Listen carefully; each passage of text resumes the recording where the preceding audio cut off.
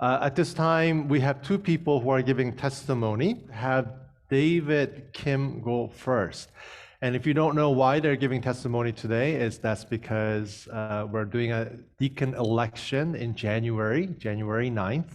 And these are the deacon nominees. And we just want to hear them out. This isn't a deacon campaign, but we just want to hear and get to know them and how God has brought them thus far and why they are willing to put themselves out to answer God's calling to possibly become our next deacon. So, David, it's all yours. Thanks, Pastor John. Yeah, I hope you can all hear me because I'm gonna just keep talking. But yeah, I was definitely expecting to give this in person, but COVID is COVID, and so it is what it is. But thank you, everyone, for listening to my testimony. I will begin.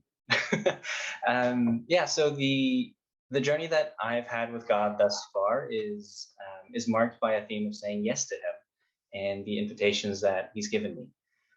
As you can probably connect the dots, deaconship is another invitation from God for me to consider.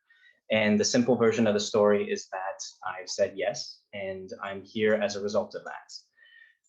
But God has done a lot of work within me to bring me to this place, to say yes, and to want to continue to say yes to Him. I grew up saying yes to Him, but it was yes to more so Christian things and not necessarily to God.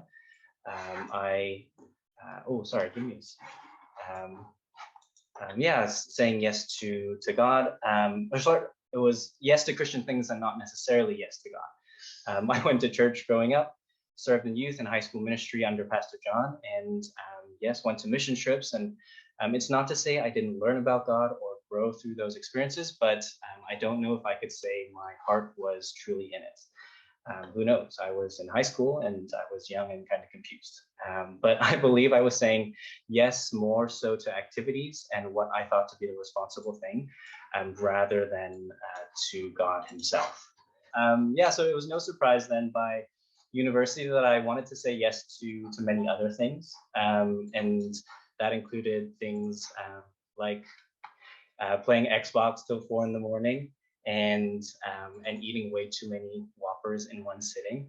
And rather than that, or rather than going to church every Sunday, things like that is what my life became. But in that season, I also learned that the world invites me to a lot of crazy things, and the world will continue to offer and invite me to new and crazy things, like new movies to say yes to, new experiences to go to, new games to play, new things to buy, new and updated things to buy.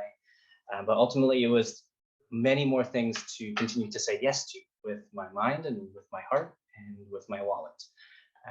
But it was also in that time that God invited me to say yes to Him again. And probably like for many of us here, He shifted what was the trajectory of my life and my heart, which was heading in one direction, and graciously guided it towards another. He brought me onto a path where love, grace, and patience are the standard, rather than personal, professional gain, profit, or simply pursuing what I wanted. As an example of that, I once really wanted stuff. And not to say I don't want any stuff anymore, but I was the textbook definition of greedy. Maybe somewhat secretly, but I was definitely greedy. And I would foolishly throw my money and my time at things to get what I wanted. The latest and greatest, like tech. I love tech, but we all know how expensive it can be. But yeah, he's done the good work to allow my heart to let go of those things and actually taste and experience being free of sin in this area of my life. There's this huge story behind that, but it's a little too long to share in this testimony, but feel free to ask me about pin equals BlackBerry another day if you want to hear more about that. I've strayed countless times since that initial invitation, questioned the path that He brought me onto, and been frustrated at him at the outcomes of my life at times. But throughout, he's been gracious, patient, and loving, and continues to invite me into relationship with him. He continues to invite me to say yes to him and to follow him where he calls. He has given timbit after timbit of grace and allowed me to experience his heart in the joys of generosity, to receive and give love through listening, and have deep satisfaction in serving. All things that past me would not be as excited about. So has saying yes been worth it?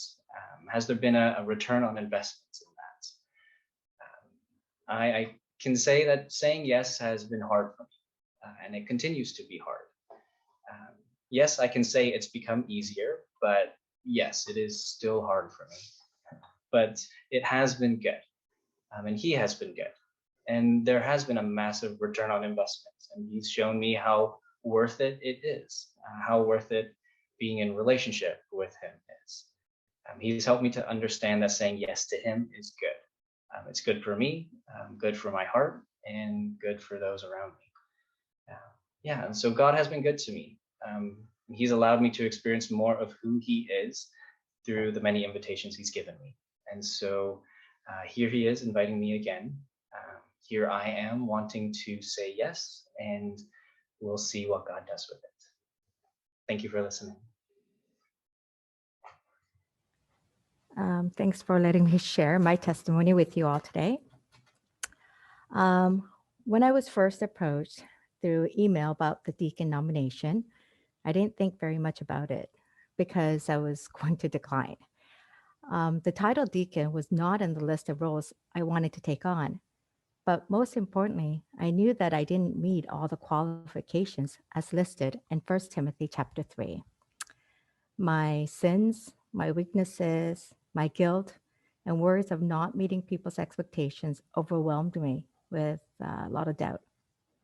And it also meant that I was going to be taken out of my comfort zone. Place where I wanted to quietly attend church, serve in my own terms, and in my own time without the huge commitment. As my head was heading towards what seemed at the time good reasons to decline, my heart was telling me something else. It was pounding faster and faster more I thought about it. So with these mixed signals, I started to pray. My prayer started with, but God.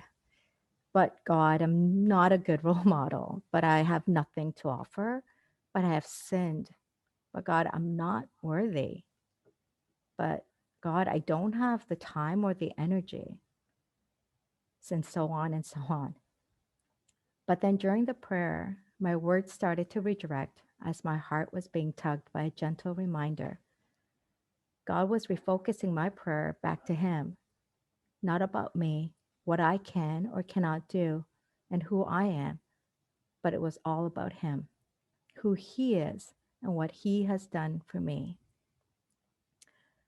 Reminding me once again of His unconditional love, His never ending grace, and the undeserving mercy that I have received from my Father over and over.